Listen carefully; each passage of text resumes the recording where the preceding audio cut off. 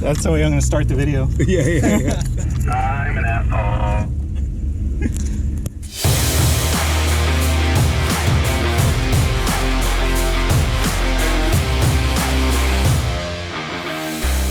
Welcome to the Revival Cycles Dailies.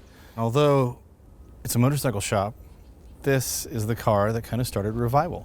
68 Jaguar E-Type convertible roadster. It's been mistreated for at least 10 years, and today we got it back on the road. And I'm going to tell you the story of how this car came to be.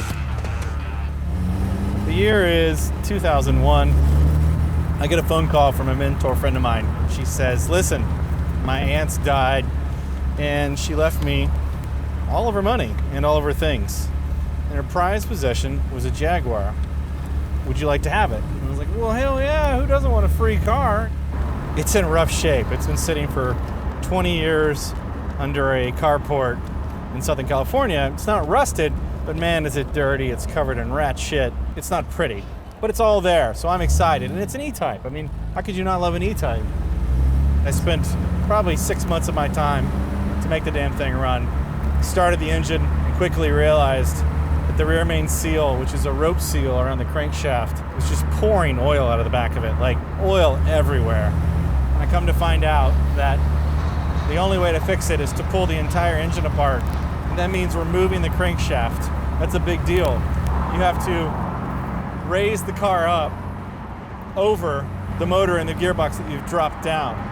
Anyway, I go through it, I pull the entire engine apart, the gearbox apart, and I don't know, a year and a half later, I finally get to put it back together and start driving it.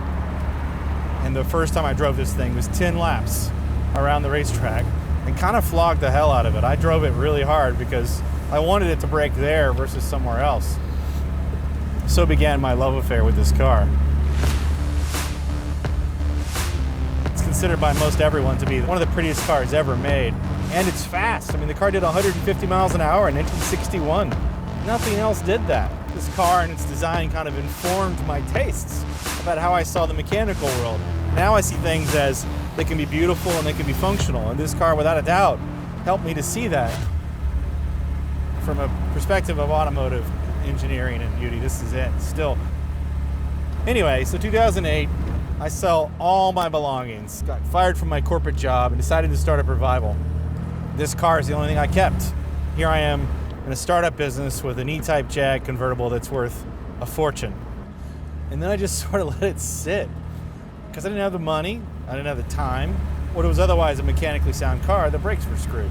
To do the rear brake job on this car is not so simple. The brakes are inboard. That means they're right up next to the differential. To pull the calipers out, which I knew were locked up, you really just need to take the whole rear end apart, which means the whole rear suspension, which means a whole lot of work.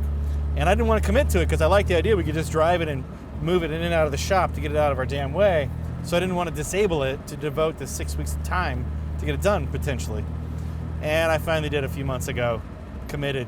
I pulled the rear end out of it. The problem is the pistons were steel and they've rusted because I forgot to change out the brake fluid. And let me tell you guys, when you use DOT 5 brake fluid specifically, it soaks up moisture. And if you've got any steel parts in your brake system that are not stainless, they will rust and corrode. And that's what had happened. We decided to change the rear end gear from the American 354 to the European 307, and we put it back together.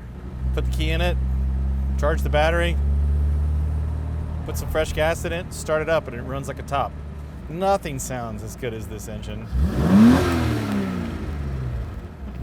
And it runs great, and it's got tons of torque, and it's not slow. It's so advanced for what it is. It's hard not to love the damn thing.